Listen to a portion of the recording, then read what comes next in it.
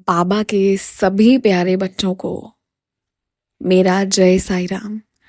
बाबा आप सबको बहुत खुश रखे, आप सबकी हर अच्छी मनोकामना को पूर्ण करे, सभी को सद्बुद्धि दे। बाबा के विशेष आशीर्वाद से आज एक बहुत सुंदर, बहुत प्यारी साई कृपा आप लोगों को सुना रही हूँ। और ये अनुभव जितनी भी देर आप सुनेंगे, अपनी आंखों को बंद कीजिए और आंखों के सामने ये कल्पना कीजिए कि समुद्र के किनारे जहां लहरें दूर से आ रही हैं और तट के पास आकर धीमी होती जा रही हैं, बस उसी समुद्री तट पर आप और बाबा दोनों हाथ थाम कर सैर कर रहे हैं और बाबा कुछ बता रहे हैं आपको, कुछ बातें हो रही हैं आप दोनों के बीच। बस इसी को अपने मन की आंखों में देखने की कोशिश कीजिए, जहां बाबा आपका हाथ पकड़कर आगे बढ़ रहे हैं, आप दोनों आगे जा रहे हैं और इसी के साथ सुनिए ये प्यारा सा अनुभव। तो ये जो डिवोटी हैं, इन्होंने बहुत सारे अपने बहुत सुंदर सुंदर अनुभव शेयर किए हैं, जिसमें इन्होंने ब्लैक मैजिक से जुड़े इनके बैक की प्रॉब्लम, स्पॉन्डिलाइटिस, ये सारी इश्यूज और कैसे बाबा ने इनको बचाया, इनकी रीढ़ की 2 हड्डियां टूटी थी, सारा सब कुछ इन्होंने शेयर किया है। एक बहुत बैड फेज ऑफ लाइफ जो इन्होंने देखा, तमाम चीज़ें मैंने शेयर की है बाबा के आशीर्वाद से। तो मैं अब इन्हीं का एक सुंदर अनुभव और एक लेसन भी है मेरे और आपके, हम सभी के लिए, तो वो दोनों चीज़ें शेयर कर रही हूँ। क्या हुआ कि जब ये जो डिवोटी है, इनकी बेटी है, छोटी सी है, तो जब इनकी बेटी का जन्म हुआ था ना, तो मैंने बताया था कि इनके इन लॉज कभी भी इनको प्यार से तो छोड़िए, बेसिक इज्जत देकर भी नहीं रखे थे। अब पहले के जो, अगर आप मेरे वीडियोस देखेंगे जहाँ मैंने इन्हीं का कई सारा अनुभव डाला, तो वहाँ पर ना मैंने इनके इन लॉज के लिए बोला था। वहाँ पर मुझे बहुत एक समय सुनकर पढ़कर बहुत दुख होता था और गुस्सा भी आता था। तब मैं कहती भी थी कि पता नहीं कैसे लोग हैं, ब्ला ब्ला ब्ला, बहुत चीज़ें बोलती थी। पर अब मुझे लगता है ना कि कुछ लोगों को उनके कर्म के साथ छोड़ देने में ही भलाई है, उसमें हमें अपने कर्म जोड़ने की आवश्यकता नहीं है। बाबा सबको देख रहे हैं और सबको देख लेंगे। तो अब मैं बस यही कहूँगी कि इनके इन लॉज अपने फर्ज नहीं निभा पा रहे थे, इज्जत तक नहीं दे पा रहे थे। तो ये उसी वक्त की बात है। तो क्या होता है कि जब इनकी बेटी का जन्म होने वाला था, तो उस वक्त ना इंसान को केयर चाहिए होता है, हर व्यक्ति को उस वक्त केयर चाहिए होता है, मेंटली भी चाहिए होता है कि हाँ सपोर्ट करे। वो सब कुछ नहीं मिला इन्हें, बल्कि जब इनकी बेटी की जन्म के वक्त सर्जरी हुई थी, तब इंसान शरीर से बहुत कमज़ोर हो जाता है।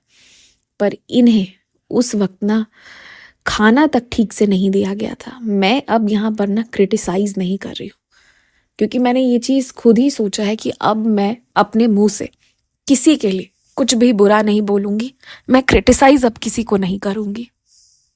चाहे अब जो गलत भी होगा ना, मैं बस कंप्लेन करूँगी बाबा को, जो मैंने दिल से किया, हमेशा करती हूँ। चाहे कोई डिवोटी के लिए भी कोई गलत करता है, तो अब मैं बाबा से बस कंप्लेन करती हूँ और क्रिटिसाइज नहीं। तो मैं बस ये क्रिटिसिज्म में नहीं बता रही हूँ, बस जो इनके साथ घटना घटी वो मैं रियल बता रही हूँ। तो क्या होता था ना कि जब सर्जरी वगैरह हुई है, होने वाली है डिलीवरी, तो इंसान को चाहिए होता है कि एक बेसिक सा खाना मिल जाए, कि लोग खा लें, है ना, ताकि शरीर में थोड़ा हिम्मत रहे। और उस तरह के फेज में ना व्यक्ति से खाना खिलाता भी नहीं है वैसे भी, तो थोड़ा ऐसा बना हो कि वो खाया जा सके। इनकी डॉटर की जन्म के दौरान जब इनकी सर्जरी हुई थी, इन्हें पता है क्या खाने को देते थे? सूजी में नमक डाल देते थे और उसे तेल में फ्राई करके, आप लोग, मुझे नहीं पता, अलग अलग भारत के प्रांतों से लोग जुड़े हैं, विश्व से लोग जुड़े हुए हैं, तो हम कहाँ क्या कहते हैं आई डोंट नो, बट उसे चीला, छिलका, ये सब यहाँ पर कहते हैं हमारे बिहार में। जो कि एक तरह से डोसा का जैसे बैटर होता है ना, वैसे ही सूजी और नमक का बैटर बनाते थे, घोल बनाते थे, और उसको तेल में निकाल के बस सूजी और नमक, कुछ भी नहीं, और ये इनको नाश्ता में दिया जाता था। अब आप सोचो कि एक बीमार पेशेंट को हर दिन बस यही बेमन से बनाया हुआ, और ये भी ना इनको ऐसे ही नहीं मिल जाता था कि कम से कम यही चीज़ इनको एक समय पर दे दे, नहीं, ये रोती थी, बिलखती थी, मुझे भूख लग गई है, खाना मांगती थी, तब इन्हें मिलता था। और पता है इंसान ना ऐसे कभी आपके रुपए पैसे चले गए, धन दौलत चोरी हो गई ना, बहुत कुछ चला गया, फिर भी इंसान कमज़ोर नहीं होता है। पर जिस दिन इंसान का शरीर नहीं चलता है ना, असल मायने में वो उसी दिन सबसे कमज़ोर होता है। उस दिन सबका सब कुछ आपको बराबर दिख जाएगा। तो यही चीज़ इन्होंने देखा। ये पहले ही डरती थी अपने इन लॉज से, और इनको अपने घर से भी बहुत ज़्यादा सपोर्ट नहीं था कि इनके फादर भी अगर इनको थोड़ा सपोर्ट करे, वो सब नहीं था। तो इनको शुरू से ही ना एक बहुत चैलेंजिंग सिचुएशन में बाबा ने रखा था। आज बाबा ने बहुत अच्छे दिन देने शुरू कर दिए हैं, पर उन दिनों ये बहुत कमज़ोर भी तो थी। शुरू शुरू में इंसान को नहीं समझ आता है कि कैसे इस तरह से, मतलब इस तरह के लोगों से कैसे डील किया जाए। तो इनको ना उस तरह का नाश्ता देते थे जो इनके गले से पार नहीं उतरता था। रात को दाल और रोटी लाकर देते थे, और वो भी ना मतलब बहुत, एक होता है बस जैसे तैसे बनाकर लाना, और एक होता है कि आप वही दाल रोटी ना प्रेम से बनाकर ला रहे हो कि सामने वाला एक रोटी खाए तो लगे कि हाँ वो खाया। पर वैसा वाला नहीं मिलता था, बस खिलाने के लिए कि खाओ।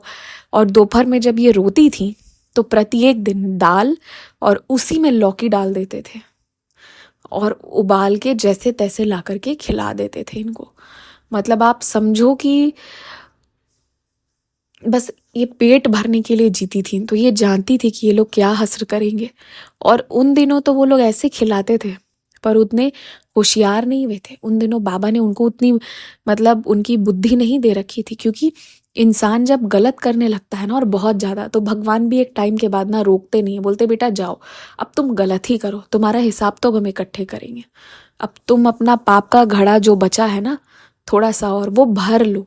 जो थोड़ा सा बच रहा है, जो थोड़ी सी अच्छाई बच रही थी, जिसके वजह से तुम्हारी बुराई पर भी तुम्हें बुरे कर्म नहीं भुगतने पड़ रहे थे, अब तुम वो अच्छाई खत्म कर दो बस। उसके बाद तुम्हारा जो है ना मैं पूरा मतलब हिसाब किताब करूँगा। इस सिचुएशन तक बाबा ले आते हैं। तो एक समय के बाद ना गलत करने वाले को फिर बाबा भी छोड़ देते हैं, जा तू कर बराबर। तो इसलिए ना उस वक्त बाबा ने उनको इतनी मतलब उनके पास बुद्धि नहीं दे रखी थी कि वो इतना कुछ जाने। लेकिन बाद में ना धीरे धीरे ब्लैक मैजिक करना और इनके खाना में दवाई मिला मिला कर देना ताकि पागल हो जाए, या आप समझ रहे हो सो जाए, बीमार हो जाए, ये सब कुछ करने की कोशिश। पर ये सब बुद्धि उन्हें बाद में आई, उस वक्त उतना टॉर्चर करते थे तो ये बहुत डरी रहती थी। और अब तो वो और एक्सपर्ट हो चुके हैं, तो अब इनको पता था कि अगर अब मैं सर्जरी कराने जाऊंगी, इनको 2-2 बार सर्जरी रिकमेंड करी थी, तो इन्हें ये तो पता था कि अब नहीं, अब तो कोशिश करेंगे कि सर्जरी के बहाने मार दूं, क्योंकि अब वो लोग भी अपने उस फील्ड के पक्के खिलाड़ी बन चुके हैं। तो इस वजह से इन्होंने सर्जरी नहीं कराई थी। और इन्होंने ना जब इनको चोट लगी थी तभी बाबा ने इनको दिखाया था कि एक नहीं 2-2 हड्डियां टूटी हैं, और इनकी टूटी भी थी 2 हड्डियां। और बाबा ने इनको सपने में दिखाया था, और इन्होंने तब बाबा से कहा था कि बाबा तुम ही मेरे डॉक्टर हो। तब इन्होंने उस वक्त बाबा से एक बार कह दिया था कि तुम मेरे डॉक्टर हो, तुम ही मुझे ठीक करो। और आप मानोगे मेरी बात, बहुत अजीब लगेगा सुनने में, मेरी बात पर भरोसा नहीं होगा, क्योंकि जो व्यक्ति रात भर बैठे रहता था, कई महीने सो नहीं सका क्योंकि हड्डी टूटी हुई थी, या फिर और भी कुछ कुछ प्रॉब्लम डेवलप हुए थे, शोल्डर में, नेक में बहुत प्रॉब्लम थी, वो व्यक्ति ना जैसे तैसे कष्ट में, मतलब मैं बहुत आसानी से बोल रही हूँ और आप बहुत आसानी से सुन रहे हैं, जो जिसने ये पीड़ा उठाई है बस वही जानता है कैसे ये मंदिर जाना नहीं छोड़ी। ये इनकी भक्ति थी, ये इनका एक था बाबा के प्रति। और आप यकीन मानो इसी भक्ति, इसी मंदिर नहीं मतलब मंदिर जाना नहीं छोड़ा, ये सब जो इन्होंने किया ना, बाबा ना इनको उस स्थिति में मंदिर बुलाए। और मैं ये कभी प्रमोट नहीं कर रही हूँ कि आप डॉक्टर के पास मत जाइए, आप ट्रीटमेंट मत कराइए, मैं ये सब प्रमोट नहीं कर रही हूँ। मैं कह रही हूँ हाँ, जो ज़रूरी है वो करिए। बाबा ने नियम सृष्टि इसीलिए तो बनाई है। लेकिन इन्होंने ना सब बाबा को सौंप दिया, और इनकी दवाई पता है क्या थी? बाबा की ऊदी। और भी कुछ दवाइयाँ चल रही थी, और बाकी ऊदी ले लेकर ही, ऊदी ग्रहण करके ही इन्होंने अपने आप को ठीक किया था।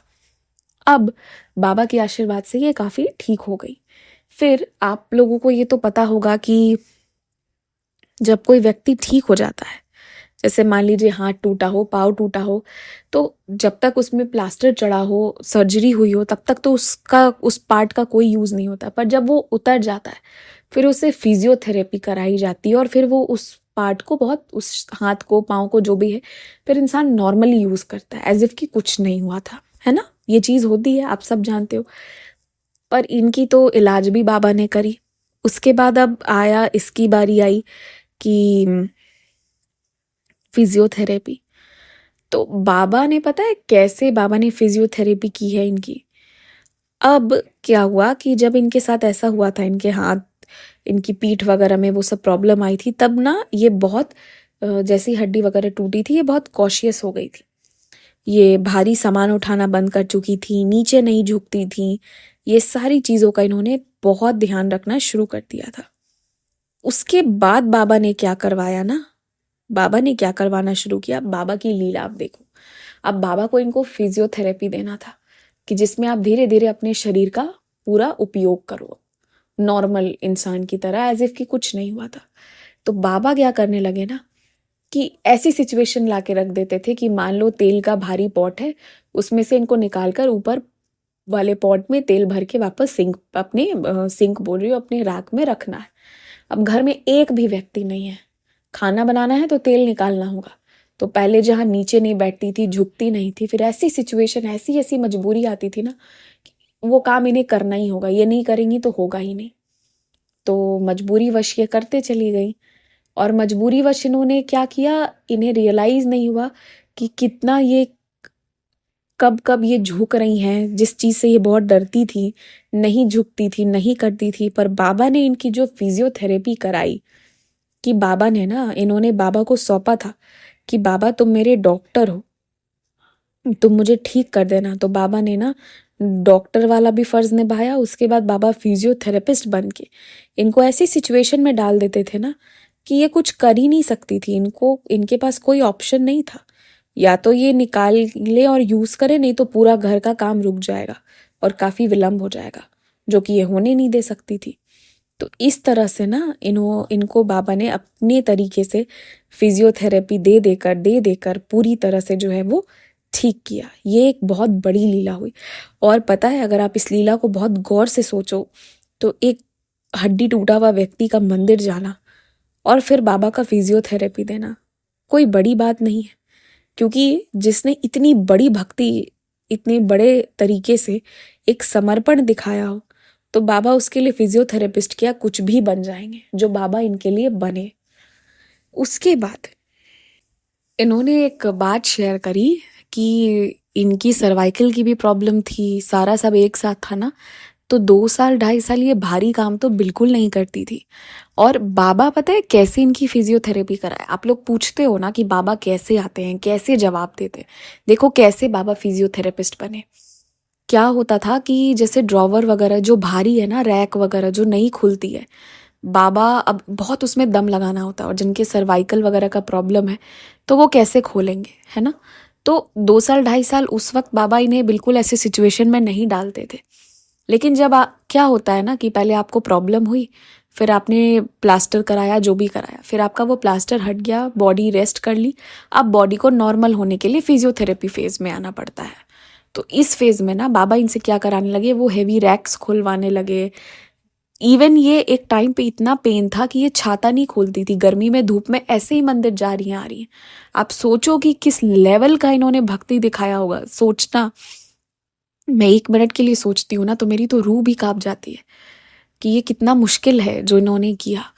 बाबा के प्रति अपना समर्पण इतना रखा कि अपनी शरीर को भी महसूस नहीं किया। तो ये ना छाता तक नहीं खोलती थी, क्योंकि खोल ही नहीं सकती थी, हाथ में ले ही नहीं सकती थी। छाता भी एक वक्त इनके लिए भारी था, आप सोच लो। और बाबा फिर धीरे धीरे अब छाता खोलवा कर ले जाने लगे, और अब धीरे धीरे घर पर ही समोसा बनाने से लेके जो भी डिशेस बनानी अब फिर से बनाने लगी। ये सब नहीं कर पाती थी, ये ज़्यादा लंबे देर खड़े नहीं रह पाती थी, ये सब बहुत प्रॉब्लम इन्होंने झेला।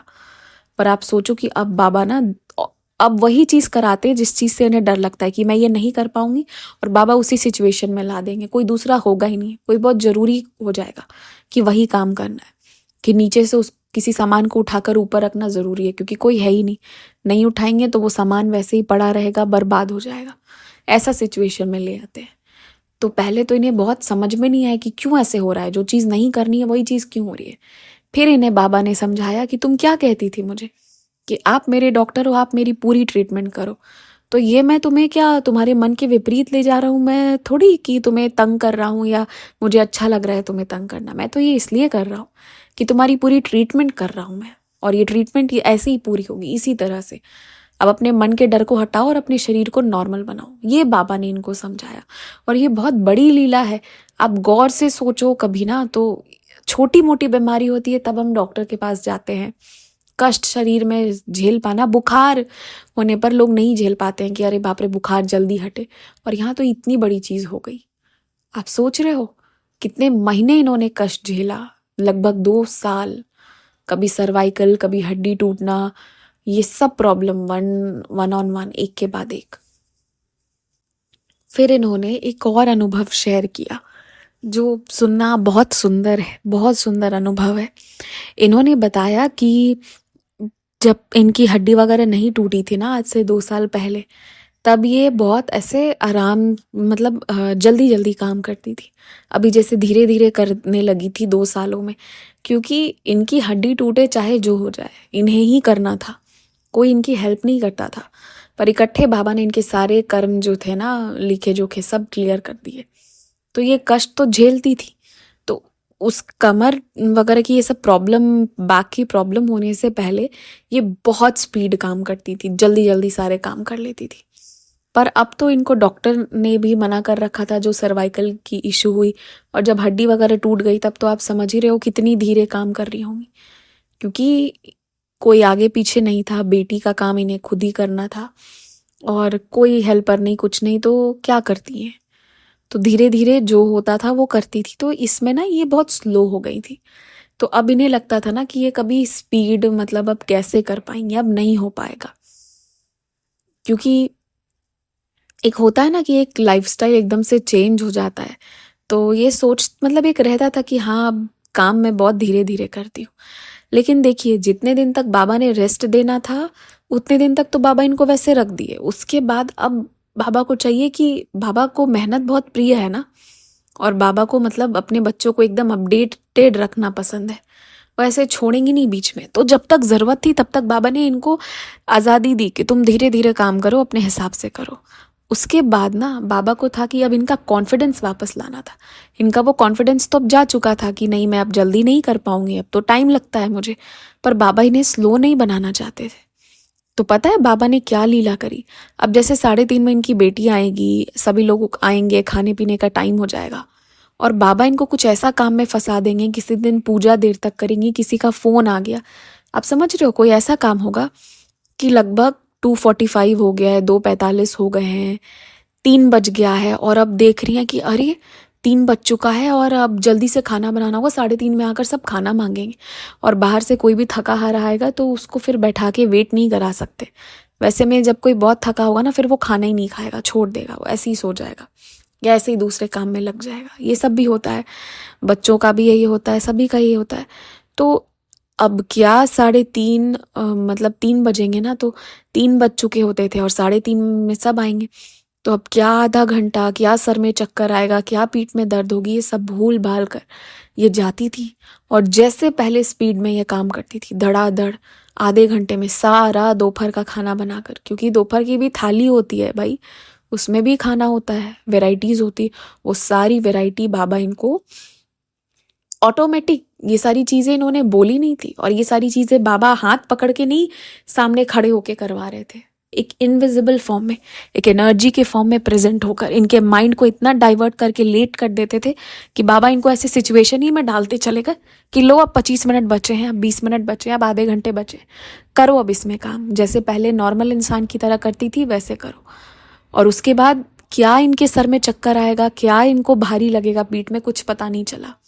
और करते करते करते करते बाबा ने इनकी पूरी फिजियोथेरेपी भी करी और इनका कॉन्फिडेंस भी बाबा ने इनको वापस लाकर हाथ में रख कर दे दिया कि लो बेटा ये तुम्हारा कॉन्फिडेंस वापस रखो, तुम सब कर सकती हो पहले की तरह, और अब पहले से बेहतर भी कर सकती हो। क्योंकि इंसान जब पेन से गुजरता है ना तो वो और परफेक्ट होने लगता है। तो वो सब बाबा ने इनका कॉन्फिडेंस खोया हुआ दे दिया, सब दे दिया, और इनके गुण के सहित इनको वापस से लौटा दिया वैसा ही फिट, फाइन, परफेक्ट। तो ये ना इनका बहुत सुंदर अनुभव था। इनका आप लोगों के लिए एक मैसेज था कि अगर बाबा आपको किसी ऐसे सिचुएशन में भेज रहे हैं, फेंक डाले हों, लेजिट इन्होंने बोला कि ऐसे सिचुएशन में फेंक डाले हों जो आपको पसंद नहीं है, तो आप समझना कि आपको आपकी कैपेबिलिटी से ऊपर उठा रहे हैं। तो इसलिए ना आप मत रो, जब आप बहुत ऐसे सिचुएशंस में जा रहे हो, बहुत मुश्किल होता है, लेकिन आप परेशान मत हो। देखो आप इन डिवोटी के एक्सपीरियंस से समझो कि परेशान मत हो आप समझो कि बाबा आपको और मेहनत करना सिखा रहे हैं। और कहते हैं ना शेर का बच्चा शेर ही होगा, तो बस वही बना रहे हैं आपको। और इन्होंने ये भी कहा कि बाबा को मेहनत बहुत पसंद है, बहुत ज़्यादा।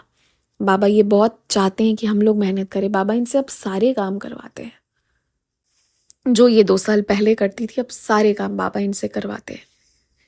तो इनके अनुभव से ना ये सीख कर जाइए कि जिस सिचुएशन में बाबा आपको डाल रहे हैं वहाँ बाबा आपको और कैपेबल बनाना चाहते हैं। अगर कोई भी सिचुएशन, मैं एक एग्जाम्पल के लिए उठाती हूँ, अगर आप किसी पर बहुत ऐसे आश्रित हो रहे हो ना, और वो व्यक्ति आपको बहुत ऐसे तंग कर रहा हो कि मैं तुम्हें पाल रहा हूँ, तुम मेरे टुकड़े में पल रहे हो, तो बाबा चाहते हैं ना कि आप वहाँ पे सेल्फ कैपेबल बनिए, सेल्फ डिपेंडेंट बनिए। या कोई ऐसा हो जो मतलब होता है ना कि जहाँ पर आपने कुछ नहीं किया हो मगर आप सुन रहे हो, वहाँ आपको बाबा पेशेंस सिखा रहे हैं कि कैसे जवाब दिए बिना खुश होकर जीना है, कैसे दुनिया से फाइट बैक करना है। तो कुछ ना कुछ हर जगह सिखा रहे हैं, ट्रेनिंग दे रहे हैं। और वो हमें पसंद नहीं आता। ट्रेनिंग आपने सुना होगा, बहुत डिफ़िकल्ट होता है वो फेज़ एक ट्रेनी के लिए। उस वक्त उससे बड़ी सारी चीज़ों से गुजरना होता है, सिर्फ इससे नहीं कि उसे क्या सिखाया जा रहा है, क्या उसे शिक्षा दी जा रही है, बल्कि इससे भी कि वहाँ पे सीनियर्स जूनियर्स सबका अलग अलग तरीके का अलग बिहेवियर, अलग रिएक्शन होगा। उसे हर एक चीज़ को लेकर चलना होगा, एक डेकोरम फॉलो करना होगा, एक डिसिप्लिन फॉलो करनी होगी। तो वो बहुत डिफ़िकल्ट फेज़ होता है, पर वही फेज़ में बाबा डालते हैं मुझे, आपको, हम सभी को। और उस ट्रेनिंग को आप तभी सक्सेसफुली पास करेंगे जब आप उसका थीम समझेंगे। अगर कोई सिचुएशन बार बार 1000 बार आपके जीवन में आ रही है ना, आप अवॉइड कर रहे हो लेकिन आ वही रही है, तो वहाँ आपके लिए कुछ है। उसको रुकिए, फेस करिए, उस ट्रेनिंग फेज को पूरा पार करिए। नहीं करेंगे ना तो वो आते रहेगा बार बार, तो उसे पूरा क्रॉस करिए। एक बार कर लेंगे, अच्छे से निकल जाएंगे उसके बाहर, तो देखिए उसके बाद दुनिया कितनी सुंदर लगेगी, जीवन कितना अच्छा लगेगा, और बाबा का सानिध्य कितना सुख देने लगेगा। तो ये इनका बहुत सुंदर अनुभव था। आप लोग भी अगर अपना एक्सपीरियंस शेयर करना चाहते हैं तो स्क्रीन पर जो व्हाट्सएप नंबर और ईमेल आईडी है उसके माध्यम से ज़रूर भेजिए। देखिए आज जो अनुभव ये डिवोटी सुनाई, ये मैंने आप लोगों को बताया। जो लोग इस लेवल का पेन झेले होंगे या झेल रहे होंगे ना, वो इसको ज़्यादा बेटर कोरिलेट करेंगे और बाकी लोगों के लिए एक मोटिवेशन होगा, साथ ही साथ बाबा का कुछ वैल्यूज़ मिलेगा। तो इसीलिए मैं सभी से कहती हूँ, हमेशा कहती हूँ कि अपने अनुभव शेयर करिए। आपको लग सकता है ये छोटा है, ये बड़ा है, ये बताने लायक है, ये नहीं बताने लायक है, ये आपको लग सकता है, ये आपका पीओवी, आपका पॉइंट ऑफ व्यू हो सकता है। लेकिन आप देखो हर एक तरह के एक्सपीरियंस ना किसी को हेल्प करते हैं। And at the end of the day, जब ये चैनल बाबा ने शुरू करवाया था तो मेरा भी यही था कि कोई कुछ तो अच्छा लेकर जाए यहाँ से। अगर वजह ना भी हो तब भी साई वजह बने जिसके लिए वो जीना शुरू करे, यही मेरा मोटिव था। और कहीं भी मैं भटकने लगती हूँ तो मैं कहती हूँ बाबा ये मोटिव बस मुझे याद दिलाना। तो ये इनका ना बहुत सुंदर अनुभव था और मतलब मैं आप लोगों को ये सच बता रही हूँ कि एक तो बाबा की ऊदी वो सच में बहुत ब्लेस करती है, लेकिन ना ऊदी भी ना आपके लिए एक सिंपल राख की तरह हो जाएगी अगर आप उसके महत्व को नहीं समझ रहे हो। और अगर आप उसके महत्व को समझ रहे हो तो वो साईं का स्पर्श, साक्षात स्पर्श हो जाएगा। ये डिफरेंस मतलब सबके लिए अलग अलग अनुभव होता है, मेरे लिए यही रहा है, मैंने यही फील किया है कि ऊदी में अगर आप अपने विश्वास का घोल मिला दो ना, अपनी श्रद्धा को मिला दो, तो वो बहुत चमत्कारिक तरीके से काम करती है। और सबसे बड़ी बात है, बुरी से बुरी परिस्थिति में भी ना बाबा को मत छोड़िए। और जो ये अनुभव मैं शेयर करती हूँ आप सुनते हैं, और जहाँ भी आप सुनते हैं पढ़ते हैं अनुभव, कहीं से भी कुछ भी नेगेटिव मत लीजिए, लेकिन हाँ अनुभव ज़रूर सुनिए। मैं हमेशा अनुभव पे फोकस करती हूँ, क्योंकि ना ये अनुभव जो है ना ये आपको बाबा के निकट रखते हैं। 5 मिनट के लिए 2 मिनट के लिए आप सोचते हो और एक भरोसे के साथ रहते हो कि चलो ठीक है बाबा देख लेंगे दुनिया में। और एक बात बताती हूँ मैं, ये सारे अनुभव सुन के आप लोगों को ये चीज़ भी फील होता होगा कि दुनिया में कितने तरह की प्रॉब्लम्स हैं, कितने तरह के लोग अलग अलग इश्यूज से, अलग अलग चीज़ों से फाइट कर रहे हैं। तब आपको लगेगा कि नहीं नहीं, मेरा प्रॉब्लम उतना नहीं है जितना सामने वाले का है, मेरी तो चीज़ें ठीक हुई। एक बात और मैं आज बताती हूँ आपको, बड़ी सारी बातें आज बता रही हूँ।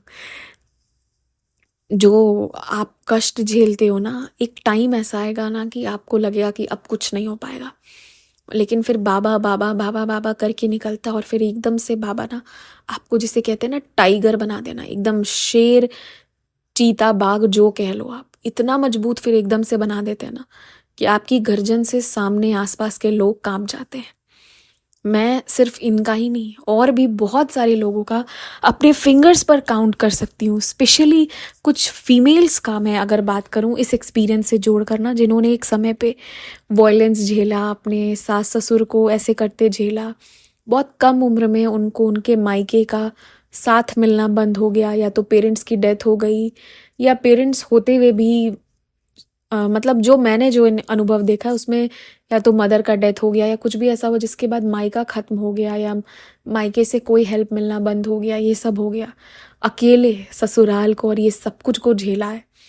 पर मैंने लास्टली यही देखा है ना कि कुछ साल बहुत तंग हुए, उसके बाद एकदम से पता नहीं क्या होता है कि कंप्लीट सरेंडर हो जाता है ऐसे लोग, ऐसी सारी जो बाबा की प्यारी बेटियां हैं इन सब का बाबा पर। और उसके बाद ना ये एकदम शेर बनकर निकलती हैं। उसके बाद इनका कोई भी बाल बांका नहीं कर सकता। यही चीज़ इनके साथ हुआ, यही चीज़ बहुत लोगों के साथ मैंने देखा। और मैं अभी भी बहुत लोगों को विटनेस करती हूँ जो स्टार्टिंग ऑफ दिस फेज़ में, कुछ लोगों को मिड ऑफ दिस फेज़ में देखती हूँ, और 2 साल 3 साल में मैं सबको फिर एक स्मूथ पाथ पे आते देखती हूँ, जहाँ वो बाबा के उसमें फिर रंग जाते हैं और फिर उनका कोई कुछ नहीं बिगाड़ता। तो बस क्योंकि बाबा की कृपा से मैंने एक साथ इतने लोगों को ऑब्जर्व किया है, इसलिए मैं ये कहना चाहूँगी कि एक फ़ेज़ होता है, ये फ़ेज़ मैंने बहुत देखा है, बहुत स्टडी करी है इस चीज़ पे। मतलब ये कोई रिसर्च का टॉपिक नहीं है, बट ये मैंने अनुभव से मैं बता रही हूँ, जो मैंने इतने लोगों से बात करी है। कुछ तो गेन किया है, वो यही गेन किया है मैंने कि आप बस बाबा पे ना एक फ़ेथ रख लो, बहुत स्ट्रॉन्ग एक फ़ेथ रख लो, तो धीरे धीरे आसपास वाले भी ना सबको सत्य का ज्ञान हो जाएगा, और अंधकार आपके जीवन से दूर हो जाएगा। भले वो आपके आसपास हो, किसी आसपास के कमरे, आसपास की बालकनी में हो, मगर आपके कमरे में अंधकार नहीं रहेगा। और ये सिर्फ फीमेल्स के लिए नहीं है, ये मेल के लिए भी, ये हर एक व्यक्ति के लिए। तो आप बस ये याद रखो कि भले if you are dealing with a bad phase right now, पर ये ज़्यादा दिन नहीं रहेगा अगर आपका विश्वास ज़्यादा गहरा है तो यही था अनुभव। आज बहुत सारी बातें आप सबसे हुई, ज़्यादा समय लेने के लिए मैं माफ़ी भी चाहूँगी, लेकिन हाँ मैं जाते जाते 2-3 बातें भूल के जाऊँगी। एक बात तो मैं हमेशा बोलती हूँ, आप लोग भी कहते होगे क्या है ये एक ही बात बोलती है, पर मैं कहूँगी फाइनेंशियली ना इंडिपेंडेंट बनने की कोशिश करिए, ये हमेशा रखिए। ज़रूरत हो या ना हो वो अलग बात है, पर जब आप ऐसे होते हो ना, कॉन्फिडेंस एक बहुत अलग लेवल का होता है। दूसरा मैं कहना चाहूँगी कि बाबा को आगे रखकर चलिए, हर स्टेप पे, हर चीज़ में बाबा आप बताओ, बाबा आप करो, बाबा आप समझाओ। ऐसे करेंगे ना तो आप बहुत सही रास्ते पे चलेंगे। और तीसरा, बहुत थोड़ा सा ना बाबा को ऑब्जर्व कीजिए कि बाबा आपसे कैसे बातें कर रहे हैं। तब आप पाएंगे कि आपका जीवन ही अनुभव है, आपका जीवन ही चमत्कार है। तो बस यही है। इसी के साथ जय साईं राम।